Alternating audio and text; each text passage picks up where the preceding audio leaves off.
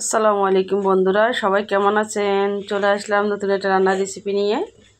এখানে হচ্ছে পালং শাক আর লাল শাক, দুই শাক মিলিয়ে আমি আজকে চিংড়ি মাছ দিয়ে রান্না করব। ছোটো চিংড়ি মাছ, এখানে শাকগুলো আমি কেটে ভেজে ধুয়ে নিয়েছি।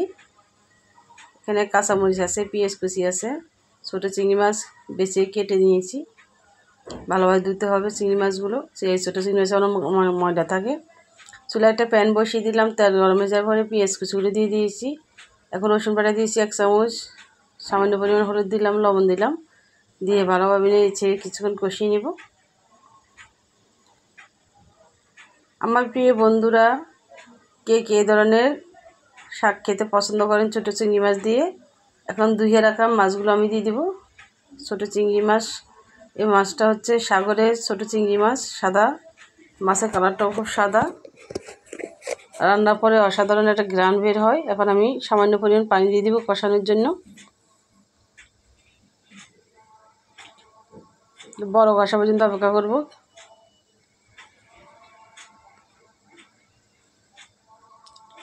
বলক চলে আসছে, এখন আমি উপর দিয়ে শাকগুলো দিয়ে দিব। এখানে 1 মুঠা লাল শাক আছে, 1 মুঠা পালং শাক আছে। তো পালং শাকের মধ্যে আসলে লাল শাকের মধ্যে পালং শাকের মধ্যে অনেক ময়লা থাকে, ভালোভাবে বেছে নিতে হবে। শীতের সময় শাকের ভিতরে প্রচুর ঘাস থাকে, ঘাসগুলো বেছে নিতে হবে। বেছে নেওয়ার পরে ভালোভাবে পানিতে ভাসা পানিতে ধুয়ে নিতে হবে। এখন আমি একটু নেড়ে দিচ্ছি, খুবই আলতোভাবে নাড়তে হবে, কারণ ছোটো চিংড়ি মাছগুলো অনেক সময় ভেঙে যায়। আর ভেঙে গেলে অসুবিধা নাই, রান্নার পরে অসাধারণ একটা টেস্ট আসে এই রান্নাটা।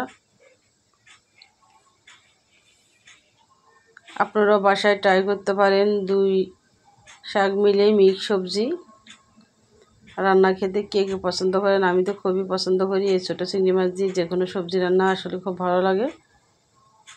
এখানে আমি কোনো পানি দিইনি, শাক থেকে পানি বের হয়ে গেছে। আর কষানোর জন্য সামান্য পরিমাণ পানি দিয়েছিলাম, সেই পানি, এই পানিতে আমার রান্না হয়ে যাবে, আলাদা কোনো পানি দেওয়া লাগবে না। আসলে শাক রান্না করার সময় কোনো পানি দেওয়া লাগে না, শাক থেকে পানি বের হয়ে যায়। তো হয়ে গেছে আমার রান্নাটি। যদি ভালো লেগে থাকে অবশ্যই লাইক, শেয়ার এবং গঠনমূলক কমেন্ট করবেন। সবাই ভালো থাকবেন, আল্লাহ হাফেজ।